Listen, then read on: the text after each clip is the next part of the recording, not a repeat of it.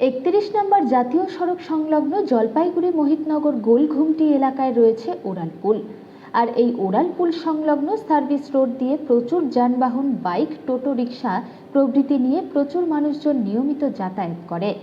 অভিযোগ, গত 5 বছর ধরে এই রাস্তা বেহাল, খানাখন্দে ভরে গেছে। এই রাস্তাটি যাতায়াতের অযোগ্য হয়ে পড়া সত্ত্বেও বিকল্প রাস্তা না থাকার কারণে মানুষ এই রাস্তা দিয়ে যাতায়াত করে। ফলে নিত্যদিন পথ দুর্ঘটনা লেগেই থাকে। এই সার্ভিস রোড মেরামতের দাবিতে সোমবার দুপুরে পথ অবরোধ করে স্থানীয় বাসিন্দা ও বামপন্থী টোটো চালক ইউনিয়নের সদস্যরা।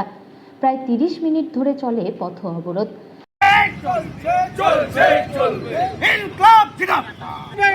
ঘুমটি থেকে বেলুর হসপিটালে পথ অবরোধ চলছে।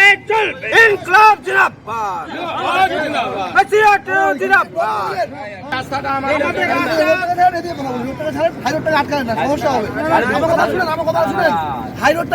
সমস্যা হবে, কিন্তু আমার কথা শুনুন। আমি অন্তরের কথা বলছি,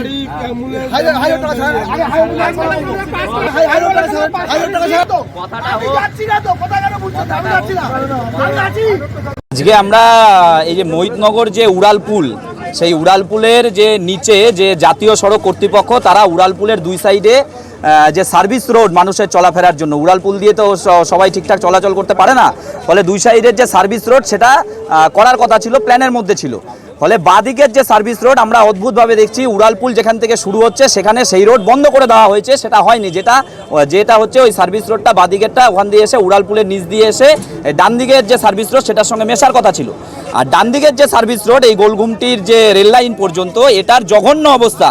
বড় বড় গর্ত, পাথর বেরিয়ে গেছে, মানুষ চলাচল করতে পারছে না, প্রতিদিন টোটো উল্টে যাচ্ছে, এরকম একটা পরিস্থিতি তৈরি হয়েছে। ফলে এই জায়গাটায় আমরা চাচ্ছি যে অবিলম্বে ন্যাশনাল হাইওয়ে কর্তৃপক্ষ, জাতীয় সড়ক কর্তৃপক্ষ তারা দ্রুত এই দুই সাইডের যে সার্ভিস রোড তারা যা প্রতিশ্রুতি দিয়েছিল সেই অনুযায়ী সার্ভিস রোড দুটি সংস্কার করুক এবং যেটা হয়নি সেটাকে সম্পূর্ণ করুক। ফলে আমরা এখানকার যারা জনসাধারণ রয়েছেন তারা রয়েছেন, এখানকার 3টি যে টোটো স্ট্যান্ড রয়েছে, গৌরীহাট টোটো স্ট্যান্ড, আমাদের এই যে ওভারব্রিজের নিচে যে উড়ালপুলের নিচের যে টোটো স্ট্যান্ড এবং গোলঘুমটির টোটো স্ট্যান্ড, এখানকার টোটো চালকরা সঙ্গে এই এলাকার সাধারণ মানুষ, মহিলারা সমস্ত একত্রিতভাবে তারা হাইওয়ে রাস্তার উপর বসে পড়েছেন।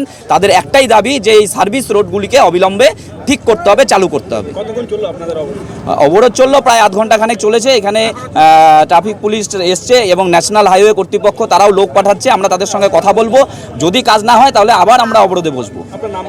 সুভাষিস সরকার, ই রিক্সা চালক ইউনিয়নের জলপাইগুড়ি জেলা সম্পাদক।